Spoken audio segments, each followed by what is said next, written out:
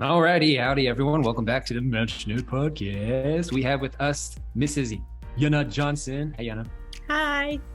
We also have Christian Stika. How are you doing, Christian? Okay, how are you? Okay. And we have Mrs. Andrea Kun. Hi everyone. I was trying to Nice accents, Benjy. do a German thing. Yeah. It's good to have you guys. So today we're going to be covering a really common question we get, which is how do you actually find people? Now, I don't think we've actually covered this topic in depth yet. Like, how do you actually go about finding a matching candidate? And I'm excited to get into it and have these fine people with us who have lots and lots of years of experience in talking with many people, getting into the nitty gritty of how we actually go about this matching process, candidate searching process thing. But really important caveat before we go into this. I have personally been very hesitant to have this episode, even though I know many people want it. And the reason is because many people want it. Now, does that make sense? So because we've focused so much in the last year on this podcast and really figuring out what is it really important when it comes to finding someone, and is there a lot of things that are not important that are actually distractions to actually figuring out what is really important when we find someone. But if we just jumped straight to how do we find someone without figuring out why we're trying to get blessed, why we didn't want to go through this matching process, then we're usually left with a rather shallow experience in a matching process. It's kind of like if you just tell somebody how to exercise and how to do the workouts and how to do the cardio and how to eat well, and they don't have a reason to do it, then they're going to start and then they're just going to be unmotivated because they're going to go, wow, this is a lot harder than I thought. I don't enjoy this at all, right? So we have to have the reasoning, the motivation to match the level of inevitable, maybe challenges and difficulties that might come in the matching process, right? However, the matching process is designed by a great team for the last 10, 20 years, actually, to be in such a way that is not, just throwing yourself out there and just winging it, but it's actually more strategic and deliberate and more of a family process that mitigates the risks of, having your heart broken, all of that. So with that big caveat, if you're in a place where you feel like you are, you understand what the blessing is for you, you want this blessing thing, you have a vision for your life, you have all the stuff or you've been working on all the things that we've been talking about throughout this podcast, then this episode is just for you. Does that sound good? Mm-hmm. Yep. Sounds good. But don't come to us and be like, I tried, I just wanted to find someone quickly. And, anyways. Okay. So let's kick it off. We're going to be listing off, all the different ways that families and candidates can find people, and kind of best practices to how to go about using that. And let's just go crazy on this topic, okay? Really provide a really good resource for everyone. All right? So who wants to start us off? Andrea. I think she should start us off. Okay, sure. Thank you for inviting me today. I'm really passionate about helping people find a match. It's what I do wherever I go, wherever I am. I'm always looking for people and trying to find out if they're interested in matching. So the first thing I want to say straight off, though, it isn't easy to find a partner. It isn't easy whether you're a unificationist or a Christian, whoever you are, whether you're using websites or whether you're going out into the world trying to find a partner. This is going to take time and patience. So that said, I really think one of the key things is having a team with you. You need your parents, you need a good relationship with them. But I also really want to encourage you to find a matching supporter. They have a lot more resources than you do as a person. I think everybody who's listening to this podcast probably already knows about Blessing for You, and maybe you've heard of OMS, the online matching system, and maybe you already have a profile there. So when you get up on that website and you're looking for candidates, when a matching supporter goes there, they can see something very different. And matching supporters also communicate amongst each other.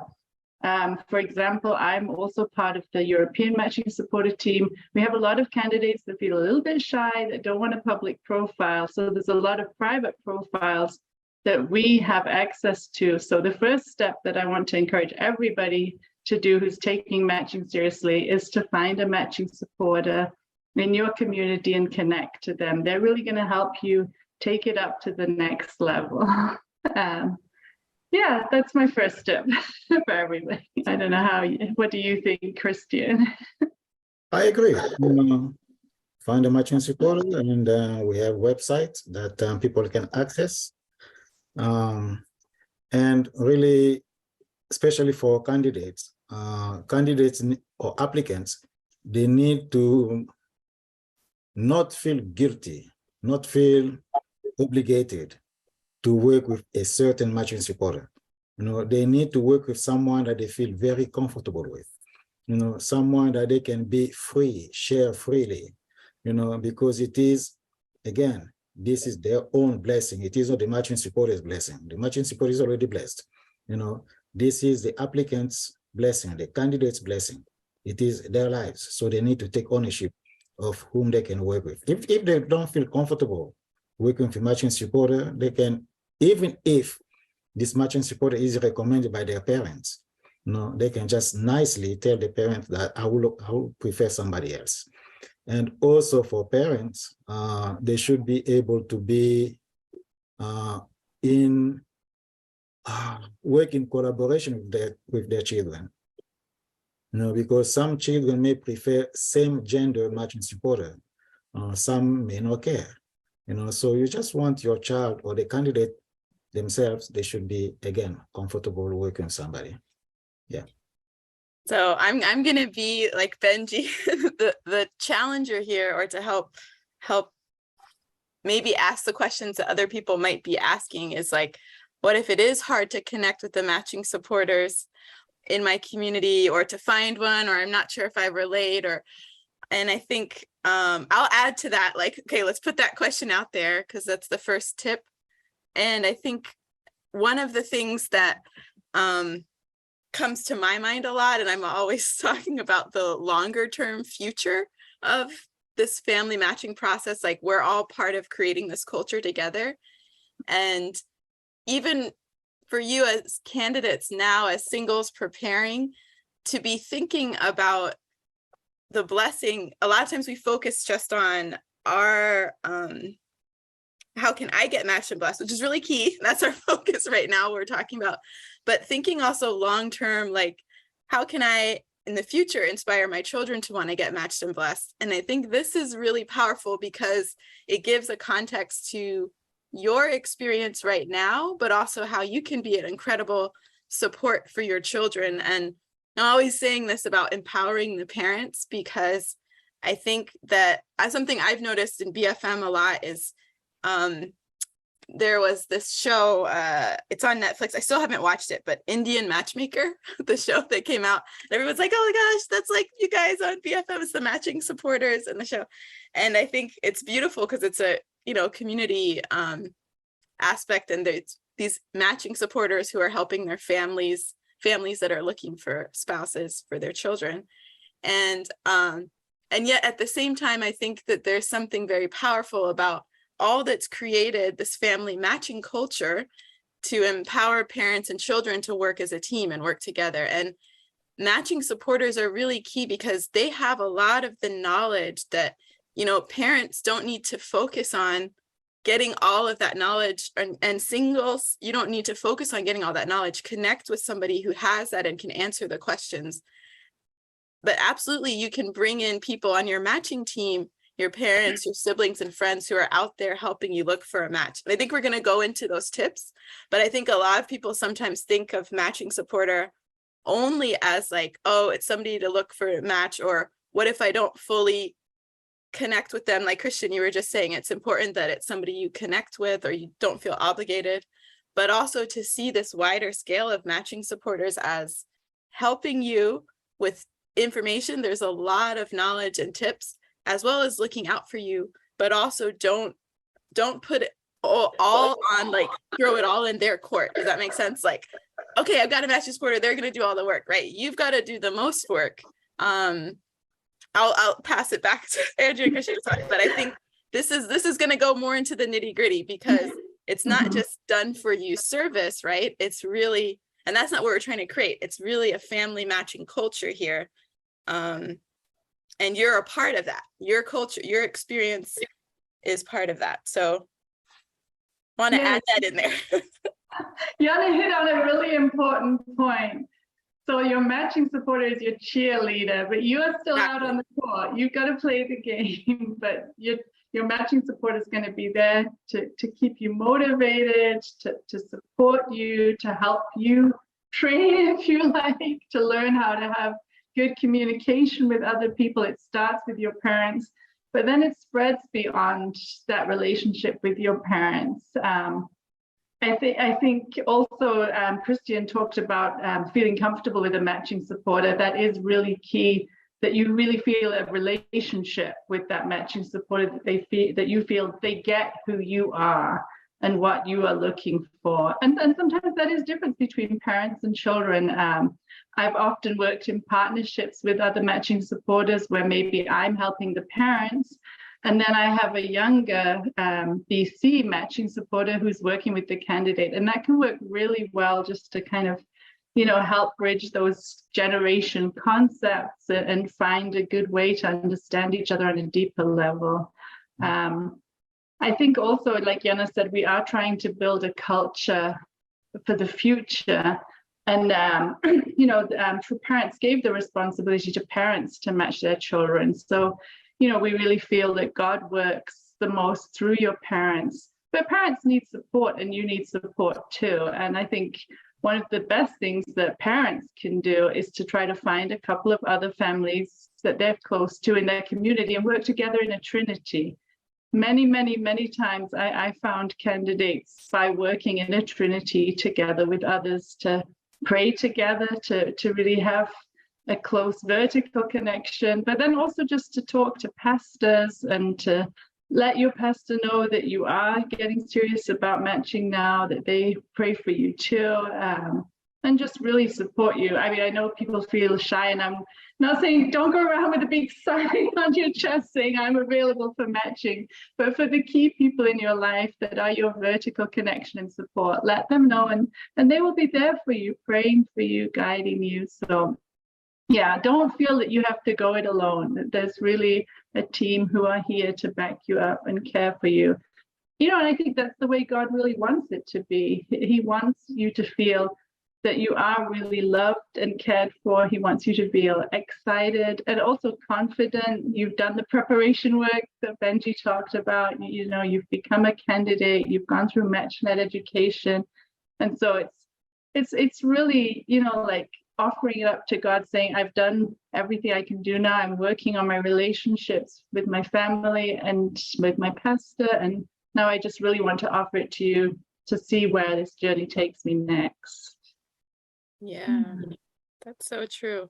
As you were saying that, it made me think of an episode with hsa when I was interviewing hsa, and she was just encouraging that, like, sometimes we feel a bit shy about putting ourselves out there, but if you let people know, and it's not like everyone, just like Andrea said, but key people in your life to be looking out for you, maybe other aunties and uncles in the community, whoever you feel, and especially pastor, like that vertical connection, in addition to your parents, your team, there's so many who want to help you. And that's part of this family culture feeling. And it's, the more eyes and ears out there, it's helpful. I think that a lot of people feel like my parents don't know anyone, or the parents feel it too, like, I don't know anyone. And that's exactly one of the reasons why we have matching supporters, but also this willingness to be put out there, right? And it takes bravery, it takes courage. This is a lot of what, the journey and preparing is. You want to add anything there, Christian? I think I like what Andrea said about sometimes she works with parents while the younger matching support is working with the candidates. That as long as there is harmony, unity, that's really a good strategy to do, because there are things that parents consider or focus on that candidates themselves really don't. Yeah. Sometimes that creates a friction because parents and children, we don't have same lenses, because we don't look at life the same way, so sometimes also as a matching supporter, there are matching supporters who end up being like stuck in between the parents and the candidate. The parents want this, the candidates don't necessarily want what the parents want or what the parents are suggesting.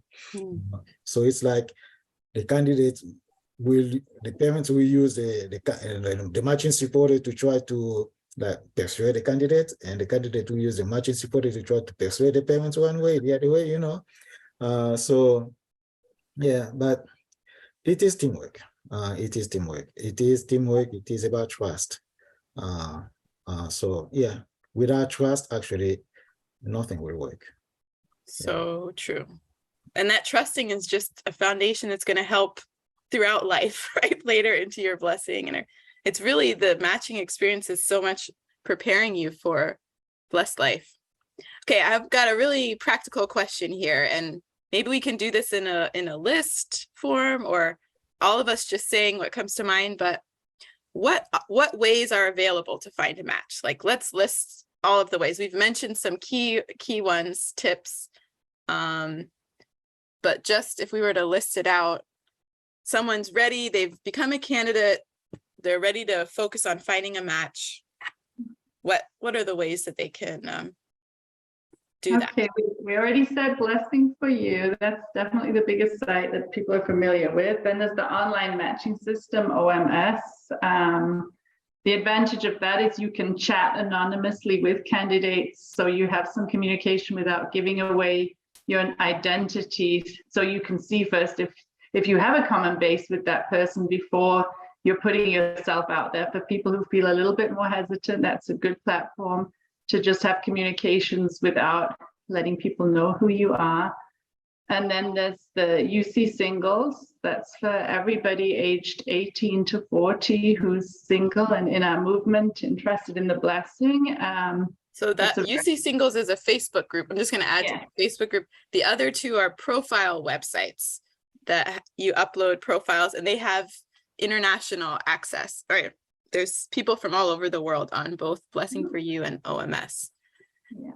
And for everybody who's over 24 years old, we have the 24 plus. The last couple of years during COVID, it's been online, but we're going back to live workshops again, which I think people are really excited about. And yeah, we just really hope to inspire people and bring them together.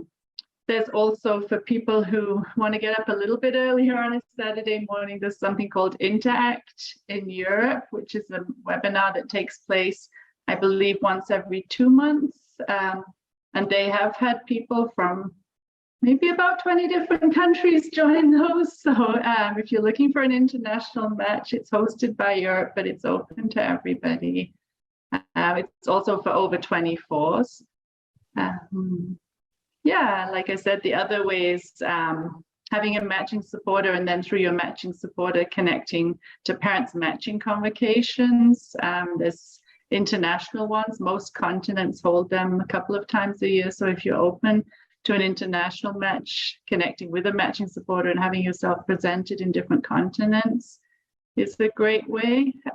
We had a global PMC last year. And from that, I think 75% of the candidates we presented had conversations at least right after that. Wow. And I do know at least one couple who got matched through that. American, I don't know about the other countries, but one American found their match there. Yeah. Christian, am I missing some things? I think I mentioned everything, except if I can add one thing, I will say networking, like parents, other parents, you go to church, you may feel free to talk to other parents, so also for singles, go to church if you can, go to other activities, like if there is BCSF happening, go. If there is a retreat somewhere, if you can attend, go. Because that will allow you to expose yourself, or if you don't want to expose yourself, it will allow you to see other singles. If you go to church, for instance, you never know. There may be a parent out there who's looking. They're gonna see a handsome dude, woohoo, a good-looking dudette. Whoa, you never know. Somebody may be looking not for themselves, not for their own child, but for somebody else's child. You never know. So That's all that I can recommend. Just network.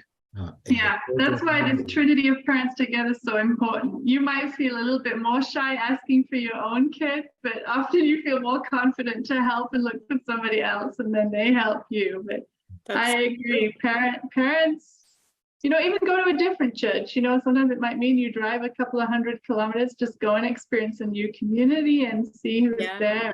If that young person is coming to church, then you already know something about them, that they're taking their life of faith seriously. So church service is definitely a good place to start, or like Christian said, any kind of different events that are happening. Yeah.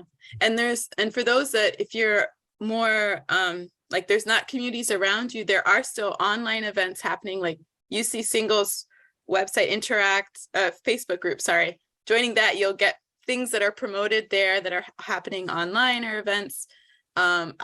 There's one ministry that started in New Jersey, Young Unificationist Ministry, but they have like YUM-E, like online sometimes.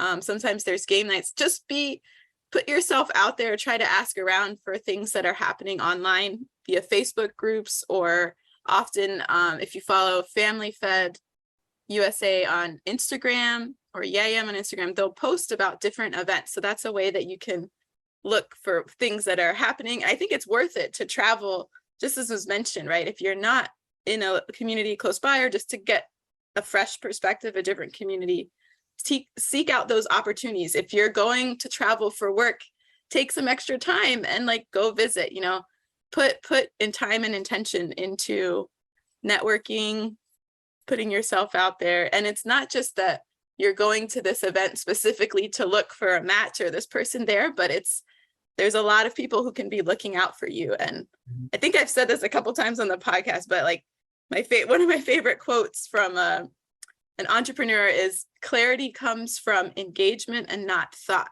So you've got to get out there, not just sitting about it, trying to figure it out on your own, but thinking, right? But really get out there and just talk to people, talk to other blessed couples, talk about their, experience. Let people know. It doesn't mean you have to say everybody, right? But just those little ways, that's how God's working and can help nudge you and get an idea for a new inspiration. There's more.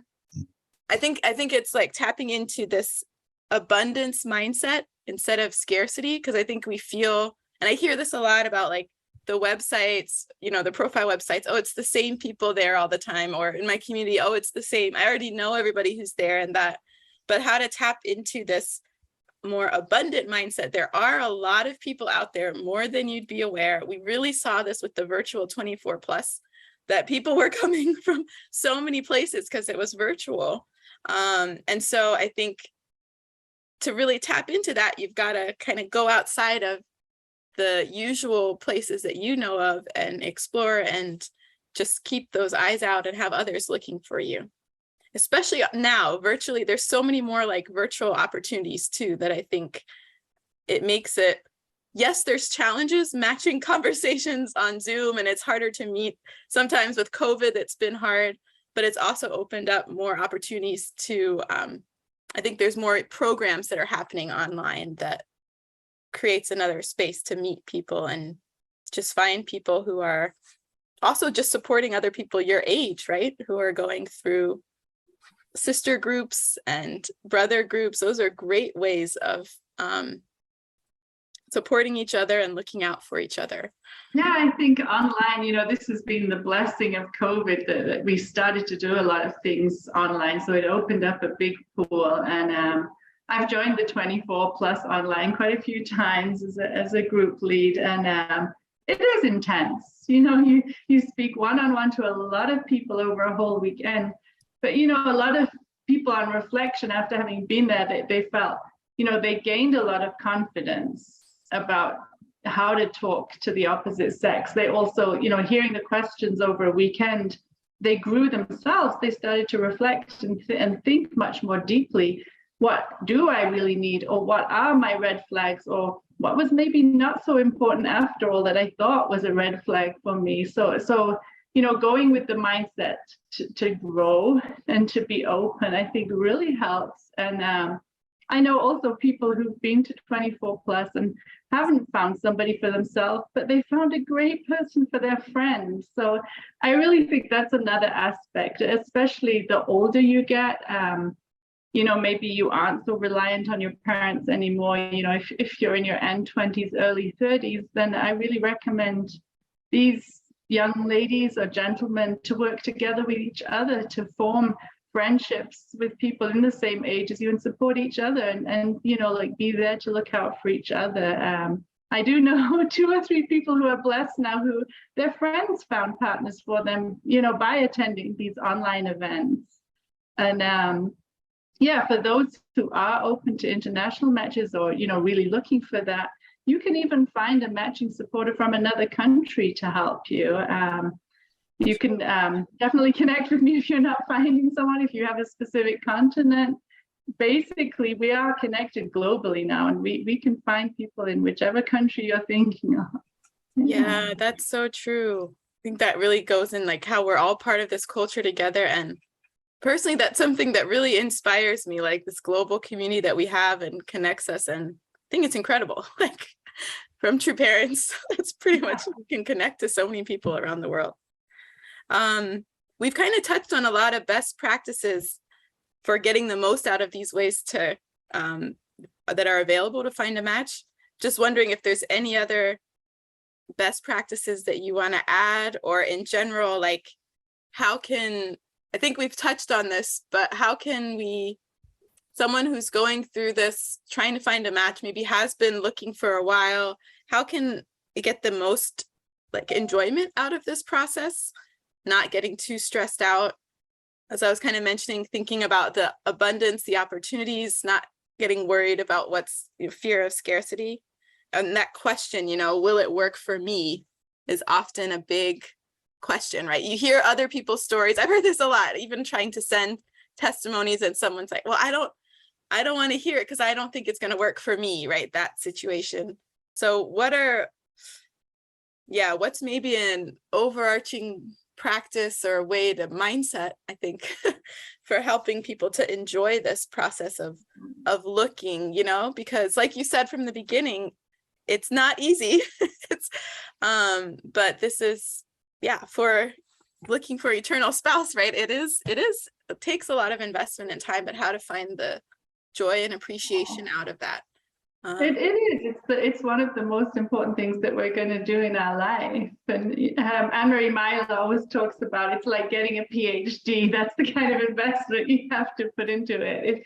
If you take it seriously, you're finding your partner for all eternity. So, you know, I mean, one of the key things that I always say to people is being committed to a certain amount of time every week that you are going to invest in your matching process. And maybe in the beginning that was education and becoming a candidate. And now it's a certain amount of time networking, like Christian said, or attending events. So being really committed to that, but also going there and knowing that your matching process might be very different to your best friend. There is not one way that works for everybody. So I think it is really important to be open-minded and to say, okay, I will try all the different methods I know. I will at least explore all the Facebook groups and connect to people there if I can, and just be open for God to work in the way he's going to work in your life. It is good to hear other people's testimonies, and it might give you some new ideas of things to try, but try not to compare. I think that's really important. And I had one candidate, you know, and we were looking for 5 years, and she was really invested in this, but she was also a person, every person she met, every conversation she had, when things didn't work out, she still stayed friends with these people, and she started looking for them too. So I think, you know, she had this mindset, we're all in this together. And so even if somebody wasn't right for her, then she'd start looking for that person too. Who could she find for him? And I think that was really such a beautiful mindset. And I know over these 5 years, she's European. She came to America 3 times. She met different people. She went to different communities. And, you know, she was really kind of on a mission to give a lot of love too. So don't make it completely about yourself. If you can, make it about every young person who's looking for a spouse, like really this feeling of we're all God's children, we all have the same goals, let's do this together, really care for one another. And I know she has a beautiful network of friendships all across the world now. So yeah, just, try to enjoy it as a place of gaining friendships, of really being true brothers and sisters to each other, and don't kind of get desperate and feel pressure on yourself. There is not an ideal time to get matched and blessed. Some people are very young, some people are very old. The one thing I can definitely say to the older people is most of those who get blessed after they're 30, they have a lot less problems in the beginning of their marriage because they've already matured and they've finished their studies, they're settled in their career. So don't see it as a huge disadvantage if you're 28 and it hasn't happened yet.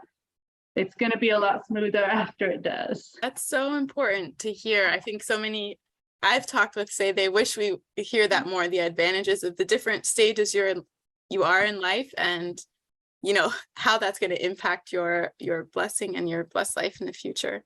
What a beautiful testimony. Like, I love that, sister, we're all in this together and looking like, I think that's such a great mindset and what the matching culture is all about.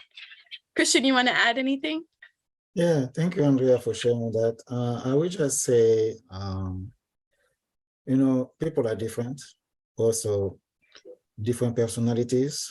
The way person A approaches something may not be the way person B will approach it. Also the results that person A had, that doesn't mean that they can be duplicated the same way for person B or C.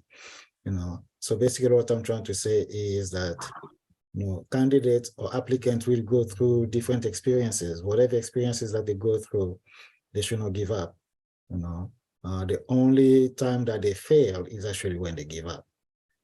As long as they don't give up, they still hope that they can get somewhere, get somebody. Will it be easy? Oh no, absolutely not. But there is somebody out there.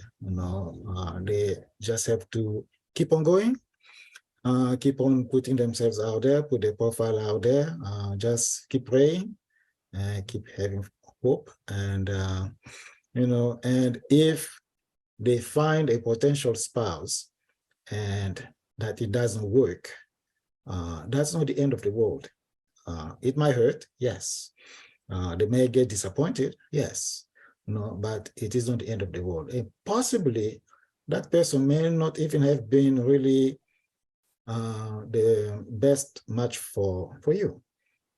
May just be someone who stopped by to make you realize that you still have something to work on. You never know. There have been candidates who they see a match, they feel like, I found my one. Then work out, and down the road they find someone who really is a better match for them. So don't give up. That's all I can say. Don't give up. Thank you, Christian. That's an important point to bring up, because I think that comes up a lot, that when you're starting looking for a match and maybe you feel like, oh wow, this is the person I want to, just like you said, this is my future husband or wife, and then it doesn't work out, and starting conversation again, it can be very hard. It's but yeah, not giving up, seeing what you're learning through it, this kind of growth mindset instead of a fixed mindset. You can Google that. But yeah, I always see it as it's an opportunity to learn. You're learning a lot about yourself, and then yeah, we're in this together, opportunity to help connect others. The more you're all going through this journey and you're meeting a lot of people, it just helps create more momentum for everybody.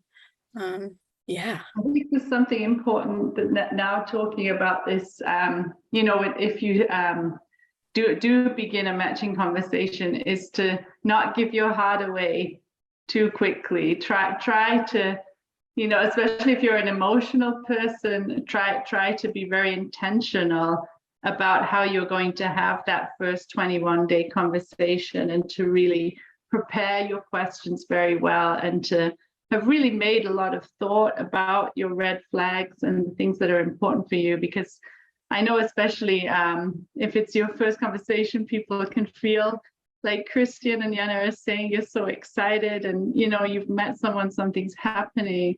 But it's really important to not let that cloud your vision and your purpose, or, you know, don't compromise the red flags you've made because you have that, you know, emotional feeling and connection to someone. It is really important to hold back on that. And that's why we say to have a 7-month matching process. I think it is really important to understand that you know, people get infatuated. We can be blinded by our emotions. And so that's why it is important to be really intentional, to really follow questions, these guidelines, and to just start to really get to know a person, to experience them in different situations, to visit each other if you live far away. So don't ever start to rush a process or be carried away by a feeling. So yeah, I just wanted to say that. I think it's important to, just to, be a little bit more intentional and, hold back on your emotion. Yeah, really important. So key.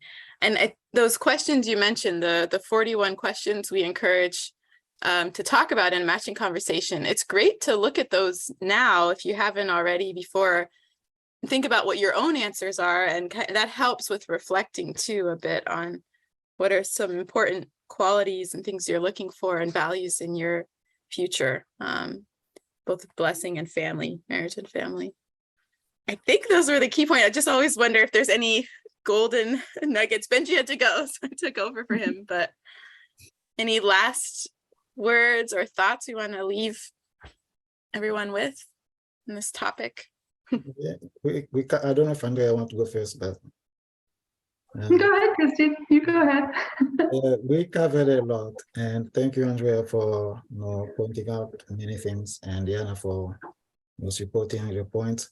And for first gen who are single, who are looking for a spouse, of course, the process is that you need a matching supporter. You need to have a matching supporter, and the matching supporter really plays the role of a parent. We all need support. So second gen, they have their parents. We also encourage second gen to also have a matching supporter, because sometimes even parents themselves, they also need support. As also parents, you really don't need to know everything about the matching process. If you know, awesome. If you don't know, that's okay. Just work with a matching supporter. So of course, the process is slightly different between first gen and second gen, but the end result is the same. You want to receive, you want to find a spouse. So in the process, be patient. Know what you want. That is, I don't know if anybody can knock it down, but you need to know what you want. For you to know what you want, you need to have a sense of who you are and a sense of where you are going. We know that you want to go to the blessing. Yes, that is a known factor, but you as an individual, the blessing is like an area where you're going, but where are you really going into that blessing? What are you trying to do? Again, there are general answers. I want a spouse, I want children, What do you as an individual want? I don't know if I'm making sense to discern those. There is an overall picture, and there is a picture that is me. I want to get to this point in this overall thing. So what do I want? What do I want will also determine what I'm looking for. And let's not focus on mostly external things. Let's focus on internal qualities, because internal qualities, they don't fade, they don't fade. External qualities, they fade and fade as we grow older. Those qualities, they are not the same anymore. The skin is no longer fresh as it used to be. So internal qualities most likely improve. And what I can say for candidates, first as well as second gen, find someone that you feel comfortable with, someone that this is what I used to ask my candidates when I used to be a matching supporter. Do you see yourself with this person down the road? Do you see this person sticking by you no matter what? You know, those are key things that you need to know, because we are looking for an eternal spouse. We're not looking for a one-night stand. You know, we are looking for so eternal spouse, someone who will be there for you and with you, high, lows, or whatever, you know. So those two things, know who you are, where you're going, and also make sure that the person that you settle with is someone that you are sure that will be there for you. That's all. Awesome. Such good points to bring up. So key. Anything you want to add, Andrea? I think the most important thing to remember is we are looking for the person that we're going to spend all of eternity with. And everybody who's here listening to this, we all believe in eternal life. And we believe that our marriage and blessing is for all eternity. It's our partner through everything, like Christian said, everything in our physical life until we're old. And then everything's going to happen to us in the spirit world. So I think it is really important to keep that perspective and know that we're all on a journey of growth and of restoration. Though this world is not perfect, we are by no means perfect, you know. And so for some people, the blessing will happen when they're 25. For others, it might be when they're 35. But God has a plan for us, and we just need to do our part. And it is about having that growth mindset that Yana talked about, to just every day try to improve and develop something, and to be confident that Heavenly Parent has somebody for me, and that I will meet that person when the time is right.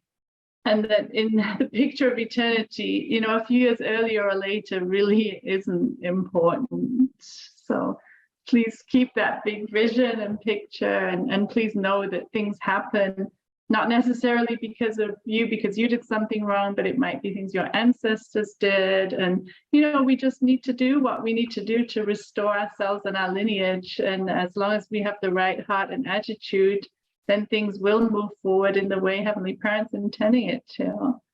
So please be confident in true parents and in Heavenly Parent that they're caring for you. Yes, I love that. As you're both talking, I just thought the same thing, like this commitment to growth, like when you're looking for a match. And because sometimes, and I remember having these conversations, even couples that were matched at the blessing, right, and feeling this like, wow, eternity, and it's really real, and it's this person. I remember that moment with my husband, from this concept to Alexander Johansson, my husband for eternity. And I think one of the big things, especially when you're young, we were really young, I think, when I got blessed, it's just what you're committing to, because it feels scary, like such a huge commitment to and trusting yourself. You're committing to growth and to growing together, and all the things that you just said, Andrea and Christian, you know, it's two people together committing to growing and creating this marriage. Like marriage is what you put and create together as two people, and the family later in the future. And just think that that's so key. And all of the things we've been sharing about, of being able to recognize your own growth in this process and journey, that's going to help you as you grow as a couple and as a family. And it's amazing. I think a lot of clarity comes from that kind of commitment. I would just say that I think a lot of the challenges, and society doesn't help, there's a big commitment phobia, and that makes it hard. That makes it hard to know, what do you want, right? It makes it hard. We've got all these questions about the person, but think about the 80-20, maybe 80% is really those internal qualities, and 20% you don't know. But really starting to commit and think about these longer term things like eternity, it helps you make those choices. So I think we could say, I also felt that like a lot of the things we've talked about there are some great pointers from previous podcasts. So maybe someone listening now, and if it brought up something, or you have more questions or feel stuck, may take a chance to go through some of the previous podcast titles and see if there's something there that could help too. And we did mention a lot of resources, so we'll try to put some of those in the chat, or you can connect on MatchNet, that's where you can access a lot of these resources and get walked through step by step. If this was great and inspiring for you too, please spread it with someone, share it through Messenger or send them a link. And we love you. We're rooting for you. We're your cheerleaders supporting you. Yes, you do this. And most of all, God is your biggest fan and has your back in this process. So thank you. Thank you. Everyone. Thank you. Thank you for having me. Bye. Bye. Mm.